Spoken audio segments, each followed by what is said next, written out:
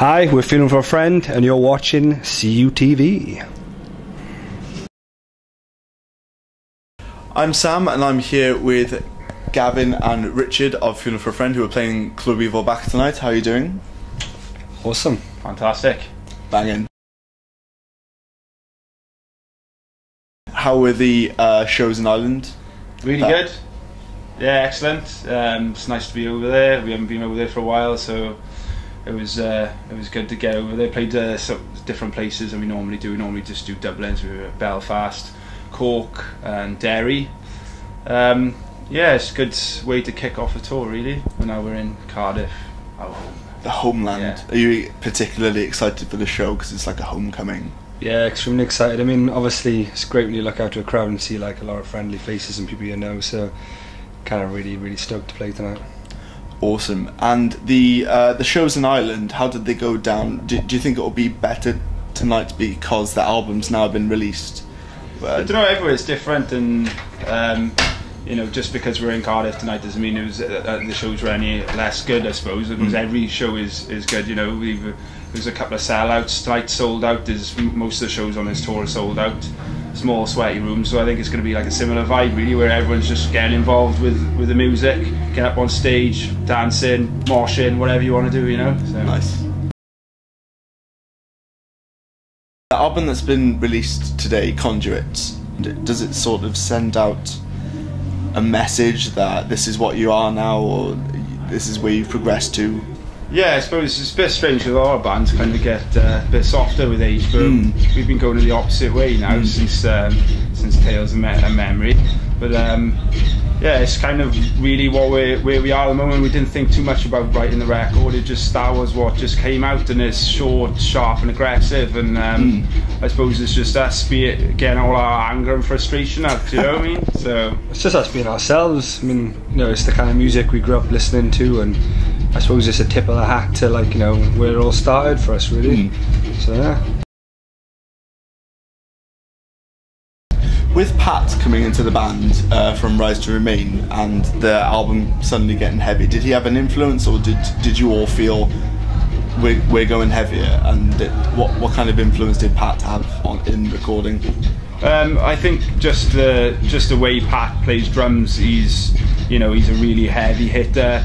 He's, you know, a metal hardcore drummer. That's who he is. Ryan was he had a different approach to playing drums. So I think, you know, when Pat came in and recorded, that definitely sort of made the songs heavier. Just the drumming. You know, he's got such a unique sort of style, and it was able to sort of take the songs to that other level. I think it really complemented what we were trying to do as well. The first time I went to see Feeling for a Friend was headlining the now Motorpoint Arena in 2007, and it like you said, it's weird when you expect bands to get softer and play bigger venues. You're now playing more intimate, soft venues. Do you think that is what suits the band? That's what's best for the band? At the moment, yeah, definitely. That's I suppose we've gone full circle, and this record just really it needs that interaction with the audience, and you need to feed off that. I think you know, later on down the line, I think we're planning to do sort of step up the gigs and stuff, but you know, at the moment I think I'm more than happy. All of us are more than happy to be playing these intimate places. Yeah, you could go out. You know, we could go out and do like 4 or 5 big venues across the UK, but you know, I'd rather come and do 30 small ones and basically get to everybody. You know, make the effort, and you know, I think you'd much rather come and see us in an intimate environment like this than be stood 20 foot away and can't see fuck all. So so yeah, I think, you know, proper fans of the band, you know, they're going to want to come and see us to these places. So that's what we're doing. We're reaching out to you.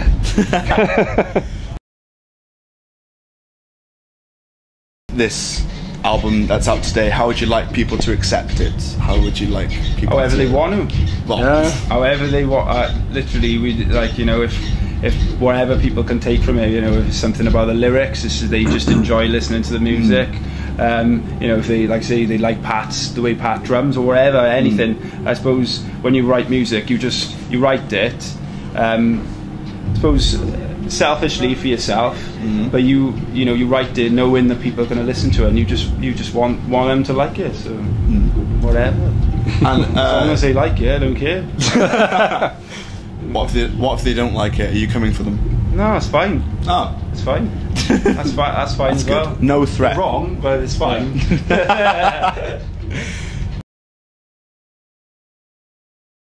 And obviously, you've come in as bassist after Darren left. Yes.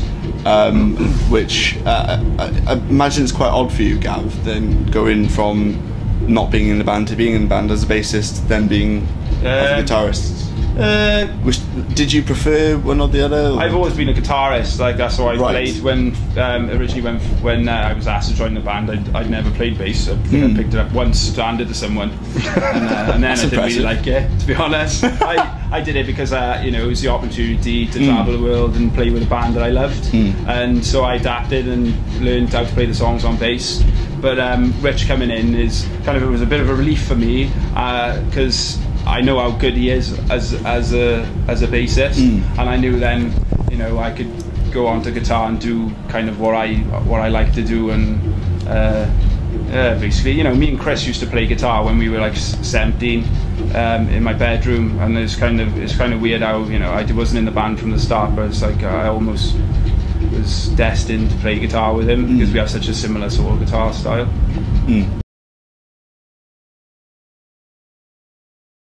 You two have been brought into the band via lineup changes, and do you feel, as people who have been brought in, that you've contributed to an evolution of Funeral for a Friend? I hope so. Do you feel that you've made your influence on the albums? Because you came in about the time of Memory and Humanity, and you came in for the recording of Welcome Home Again. Do you feel that you made your contribution? Definitely, I think you know, the rest of the members of the band will admit it, kind of like they lost their way a little bit, you know, sort of with Tales and stuff. You know, they're all going through, you know, a lot of things at the time, and with pressure from labels and stuff, you know. I think the addition of me and Gav now, and especially Pat, has kind of injected a fresh sort of, you know, optimism and youthfulness, and I suppose, even though we're not there yet, but yeah, it's just kind of giving them a kick up the arse, really. And we kind of come from a unique standpoint, whereas one time we were not in the band and we were able to see things, I suppose, how other people saw the band as a fan of the band or whatever, and now actually being in the band, we could, I suppose, sort of, we knew, I felt I knew where the band should be going. I think we were kind of influential in our way, of course, just giving the boys a kick up the arse, really, and start doing what they enjoy doing, you know. And I think that's where we've come around to now with the last 2 records. Nice one. Gav, Rich, thanks very much. Nice to speak to you. Kicking them in the arse, kicking Cardiff in the arse tonight. And not kicking in the arse, though. No. Absolutely not. Thank you very much for talking. Thank you, Sam. And enjoy the show, and thanks for watching, and go listen to Conduit because it's brilliant.